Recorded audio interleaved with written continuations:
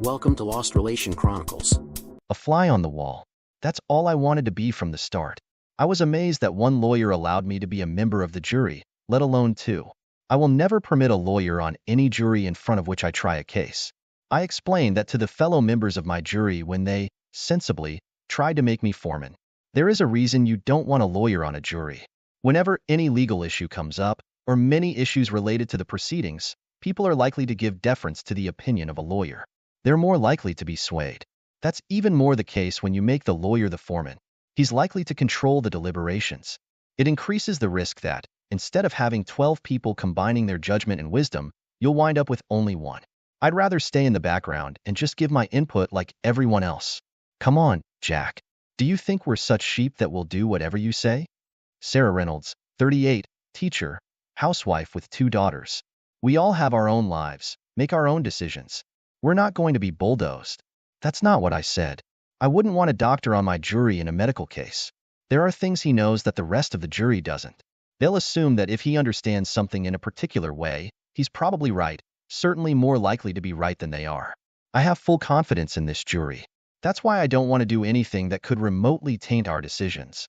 I think I allayed their concerns about my motives. We elected Vince DeMeo foreman. Vince was a pharmacist.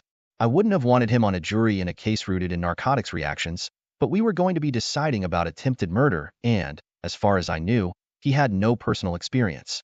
This was what I wanted. To see and understand the processes by which juries came to decisions so I could use that knowledge in the future when I was in front of a jury. Bless those 2 foolish men who were the beneficiaries of my not trying to control the process, not because they had made a wise decision to include me, but because it suited my own interests. That was how I felt when we sat down to start deliberations. But they took me through a series of surprises from which I learned more than I ever could have imagined. My first surprise was the jury's view of the professionalism and effectiveness of the 2 attorneys.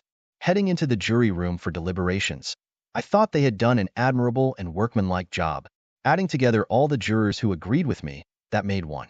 The prosecutor, Stephen Bishop, had Garrett Crowley, the victim, on the stand explaining his near brush with death. Mr. Crowley, please tell us what happened on the afternoon in question. Well, I'll be the first to admit I ain't no angel. I was there with Irene in her bed engaged in relations, and I was on top. I don't hear nobody come in, and so I'm assuming we're all alone. All of a sudden, I hear this loud bang and splinters of wood are flying at me from the bedpost. So I raise up and turn around, and there is her husband, Leon, with this huge monster gun in his hand. And I'm paying attention now. And he says, "You've been chasing around after my wife and other wives for a long time now, and you've finally found a husband who won't put up with it." And he raises the gun, points it at me and shoots. And he hit me in the chest. But for some reason, it doesn't go into me. And he's like all snotty like, "You're a lucky man, a misfire. Do you think it could happen twice in a row?" And I saw what the first bullet did to the bedpost, so I just jumped up and run the hell out of there without even trying to get my clothes. And I hear him hollering at me as I'm flying down the steps, and I just grab my keys from the table by the front door, and I whip out of there naked to my car and peel on out of there. And so later, I talk to Irene, and she tells me he said he better not see me because I know what he's willing to do to me. No objection? This is hearsay intended to prove the truth of a threat made against him. Is Leon's attorney awake? Garrett furnishes a few more details, and a little background, and Leon's attorney finally gets involved. "You said you were engaged in relations with Mrs. Granger. What were you doing? Plotting to become relatives?" Objection. He's trying to insult the victim instead of asking questions. I'm only asking him about his smarmy affairs and his predatory behavior. The judge is banging his gavel. Neither of these guys seem to have much interest in order in the court. They just want to go at each other. Mr. Granger's champion, Blake, I swear that's his name. You can't make this stuff up, compares Steve Bishop to the Soviet secret police. He's trying to jail a man for trying to save his marriage. Steve, he wants to make himself more accessible to the jury than Stephen, says, Blake will do anything to put a homicidal maniac back on the street. After a little more shouting, they finally hear Judge Andy. That's how I think of him given the conduct of the trial. Tell them that if they don't stop, they'll both be in jail before the defendant. It's a nice turn of phrase, but the defendant is out on bail. Is he intimating to the jury that we should find him guilty at this early stage of the evidence? Blake asks Garrett how many husbands were willing to put up with it, and Steve launches into another objection, starting to tick off a list of what's wrong with the question. But Judge Andy cuts him off and warns Blake that he's very close to the line. Blake rephrases, Isn't it true that you often go after other men's wives behind their backs? Objection. Beyond the scope of the direct evidence, irrelevant and immaterial. Your Honor, I'm asking about acts of deception. Acts which require lying, sneaking, sniveling, covering up the truth. Surely that kind of behavior, if confirmed by the answers of the witness, calls into question his reliability for telling the truth, which is one of the key things to be evaluated by this jury in deciding what happened and who to believe. Steve doesn't have anything further to say. It sounds like a pretty good argument to me. I wonder what Judge Andy had for breakfast. Overruled. Probably a very healthy breakfast. Blake gets to ask about 3 other married women before Judge Andy says we get the idea and he should move on. He asks Garrett if he ever thinks about the lives he is destroying, the homes he's wrecking, and Steve objects. Blake continues to ask about the children he's destroying by his actions, as if no objection has intervened. Steve accuses him of having no respect for the court. Blake accuses Steve of trying to make the world safe for scum of the gutter to perpetrate their shameful acts against decent, law-abiding citizens. Steve says Blake will work for any slime that has the money to pay him. Judge Andy, kind of slow on the uptake, finally tells both of them that the way this works is they make objections to him, and he rules on them. It seems to me that Blake has gotten in some good points about the quality of the victim, and he has put Steve off his game. But when we're discussing the case later in the jury room, it seems I've missed the point entirely. That Blake man was really nasty. I don't like him one bit. I don't trust a person who would hire a lawyer like that, says Mrs. Horowitz. She is not alone in her assessment of Blake. We're supposed to be evaluating the defendant, and I guess that is part of what's happening. We're taking the benefit of the doubt away from him because we don't like his lawyer. That other lawyer was pretty nasty himself, offers Mr. Cruz. But I felt bad for him when that Blake guy got him so upset. He's just trying to enforce the law. The jury wants lawyers to be nice and polite. This isn't the British judicial system. They mix it up politely and respectfully. We come at each other with everything we've got. It's supposed to be adversarial, but maybe we take that to mean nasty. Big lesson number 1. The jury is going to be more favorably disposed to the lawyer they like better, and therefore to his client as well. They're not thrilled about sarcasm and tone of voice either. Boy, am I going to have to change. Irene gets to testify. Blake puts up token resistance, citing marital privilege. But Judge Andy says it is not a privileged marital communication when made in front of a third party you're shooting at. I thought the privilege didn't apply in front of a third party you're not shooting at as well, but I guess the judge didn't feel he had to address that hypothetical situation. Irene confirms the veiled threat directed toward Garrett and says her husband threatened her as well. He told her, "Fool me once, shame on you. Fool me twice. Who can say what will happen when an angry man owns a gun?" I'm beginning to like Leon Granger. He has some style. Steve puts on a firearms expert who identifies the bullet that bounced off of Garrett as having come from Leon's gun. Steve asks him nothing about that obvious anomaly, but Blake has more curiosity on cross-examination. The witness agrees that is it unusual, there's an understatement, but that it has been known to happen. I wonder how the rest of the jury will interpret this. Known to happen, and the inevitable affirmative response to, is it possible, are really the equivalent of, I seriously doubt it. But lawyers use them as if they reveal an epiphany. The witness also testifies that a shot from a .38 revolver at that range is typically fatal. Steve apparently thinks he has done enough, and the prosecution rests. Blake calls Leon Granger, and the fun really begins. Did you shoot Garrett Crowley in the manner he described? Steve breaks out a smile like the case is now over. Kind of. I shot, the bullet hit him, but it didn't penetrate. Did you plan to shoot him in this manner? Yes, I did. Did you intend to harm him? Certainly not. Steve's smile is starting to change direction. Can you explain how you meant to hit him but not harm him? I took .38 special ammunition and removed the bullets from the cartridges. I emptied out the powder, replaced the primer, and put back a portion of the powder and reassembled the cartridge. I tested different weights of powder to make sure the bullet would exit the muzzle. From there, I tested different powder loads to find a point at which the muzzle velocity would not be sufficient for the bullet to penetrate a person. I attached pork chops which I had sliced thin to a wood frame to simulate ribs and skin and muscle. When I determined the likely charge, I loaded some cartridges with powder and tested it with my Smith & Wesson .357 by shooting at a squirrel. If it didn't penetrate the squirrel, it wouldn't penetrate a person. I hit a squirrel and it squealed and ran off. I found the bullet on the ground where I had hit the squirrel, and there was no blood, so I knew I had a charge that could not penetrate the son of a bitch. I used the .357 with its 5-inch barrel because I wanted accuracy. I didn't want to hit the wrong place. The day I shot him, I used an untampered shell for that first shot into the bedpost to make them believe I had deadly loads. The second one was to scare him away. I didn't fire a third, though it wouldn't have penetrated him either. I made the comment to make him believe that if he kept it up with my wife, I would kill him. You said you used a Smith & Wesson .357, but you also said you used .38 ammunition? The Smith & Wesson .357 is made to fire both kinds of ammunition. You put in a lot of effort to scare him. How did you come to be there at that time? The idiot bragged he was nailing my wife. He bragged about when he was going to nail her again, and a bartender heard him and told me about it. The jerk actually used the word nail. Anyway, I target shoot, and I'm already familiar with making my own custom ammunition. So I planned this out to scare him off. I also wanted to scare my wife. I wanted her to believe I'd kill her if she did it again, with him or anyone else.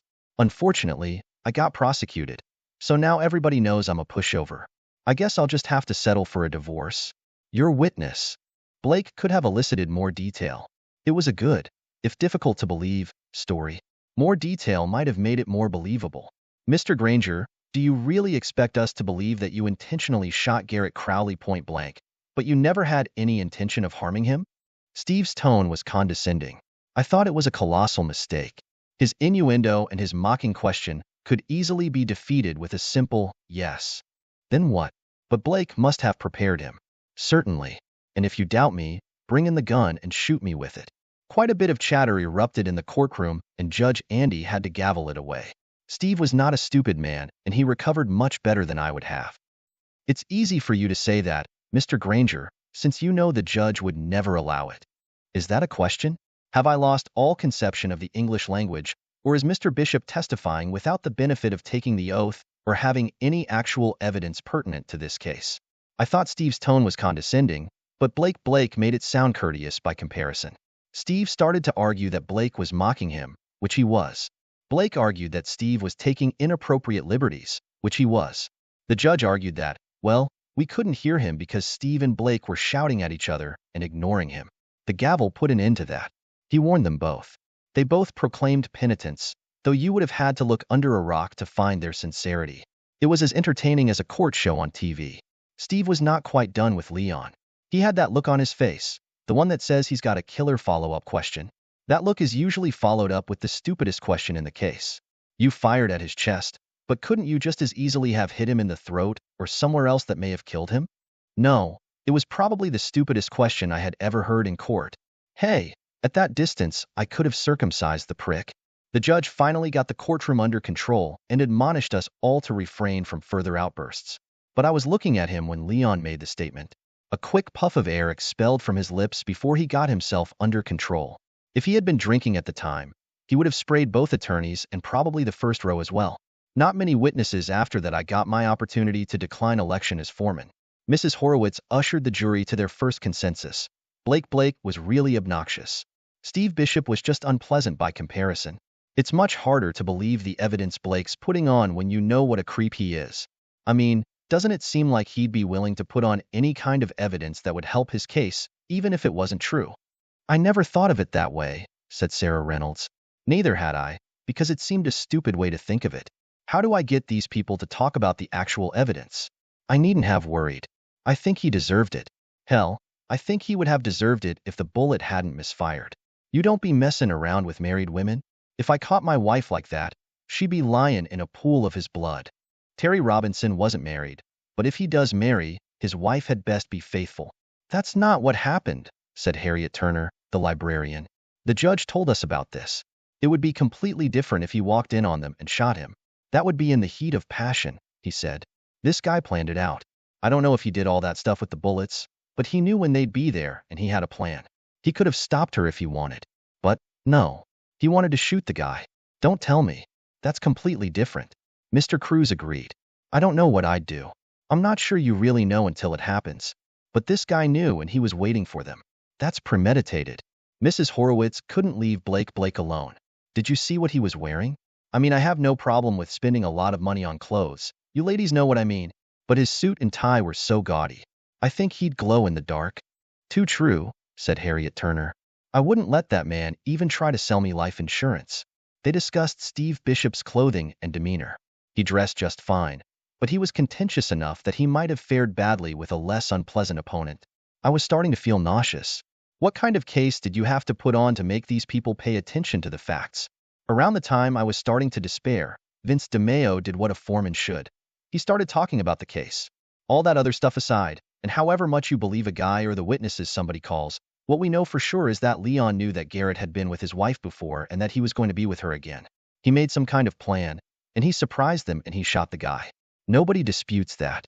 So it seems to me that what we have to decide is what he intended to accomplish by shooting him. Did he plan to kill him? Did he plan to scare him? What was he doing? All that bullet stuff doesn't make sense to me, said Raymond Jackson. I work construction, and there's a lot of stuff you gotta know. But what kind of guy knows all that stuff about making bullets? You practically have to go to school to know all that. I think he just got lucky with that bad bullet misfire thing. He didn't bring in any evidence about the bullets or anything. He just told us what he wanted us to believe, said Mrs. Horowitz. I kind of think he meant to kill the guy. I'd have meant to kill him. For Terry, there was only black and white. Isn't there some kind of compromise? Said Sarah. They only gave us attempted murder. Why do you think they did that, Jack? Asked Vince. So we couldn't find a compromise. If they had given us any kind of assault with this loser victim, we might or might not have convicted on the assault, but they knew there was no way we would find attempted murder. They wanted all or nothing because they believed we'd give them all. Well, he had it coming, said Harriet. But that doesn't mean you can just go around shooting anybody you want. You walk in and catch them, that's another thing. You make plans and you surprise them. Well, he meant to do it. I don't even know if this thing he's telling us about the bullets is possible, said Mr. Cruz. I think maybe he made that stuff up. Maybe he read some story in a magazine or something. Why don't we take a vote and see where we are? Asked Vince. He passed out slips of paper, and we all wrote down guilty or not. Vince started reading them. Guilty, guilty, guilty. He read it 11 times. He unfolded the final one. Not guilty. I know this is a secret vote and you don't have to tell us. We can keep talking. But does the not guilty want to identify himself or herself and tell us why? I raised my hand. Here we go, said Mrs. Horowitz. Big shot lawyer. Does anybody not think the whole issue is whether he fixed up those bullets so they couldn't hurt Garrett? There was murmuring, but nobody offered any contradiction. Well, I think we have conclusive evidence that he was telling the truth, that those bullets couldn't have hurt him. What are you talking about, man? This was the first time Jason, the bus driver, had joined in. Nobody but him said a single word about those bullets. Why should we take his word for it? Because nobody but him said a single word about those bullets. Nobody. I've often found that the most important evidence is the evidence you don't hear. If you thought of it, you would expect to hear it, but you don't. For most people, it's just a nagging feeling that something is wrong. When you finally figure out what it is that's missing, it's completely obvious. Do you remember what the firearms experts said about the bullets remaining in the gun? They thought about it, and Sarah said, he didn't say anything. Exactly. I know you guys don't have any legal training, but imagine yourself as the prosecutor. Your firearms expert comes to you and tells you he has tested the remaining bullets. One of them is an original, unchanged. He may even have told you that none of them have been changed, but let's just assume there was only one. Would you have him testify to that? Of course, she answered. Absolutely, said Vince. If there had been even a single regular bullet left in that gun, and he had testified to that, would we convict Leon? Yes, said Mr. Cruz. Yes, said Raymond. Yes, said Terry. Is Mr. Bishop stupid? No one answered. Were all the remaining bullets in his gun made by Leon with the special load? Irene Granger was leaning across the fencing, what used to be called the bar that lawyers had to pass, holding her husband's hands. She looked genuinely concerned for him. She looked devoted to him. Maybe she was just scared to death of him, or had come to the understanding that she should stay true to her vows to him, particularly in light of the fact that he was an expert marksman. I didn't know if she had been seduced or was just ready to party. I didn't know if this was a brief mistake or an indictment of the state of their marriage. She squeezed his hands and sat down. We were walking to our seats in the jury box. I don't know what the others were thinking. I was resolving to be more courteous in court. I was resolving to reserve the sarcasm, enjoyable as it might be, for gatherings with my family and friends who might put up with that annoyance. Has the jury reached a verdict? I would not hurl personal epithets at witnesses or opposing counsel. I would treat people in court with as much respect as I could muster or fake.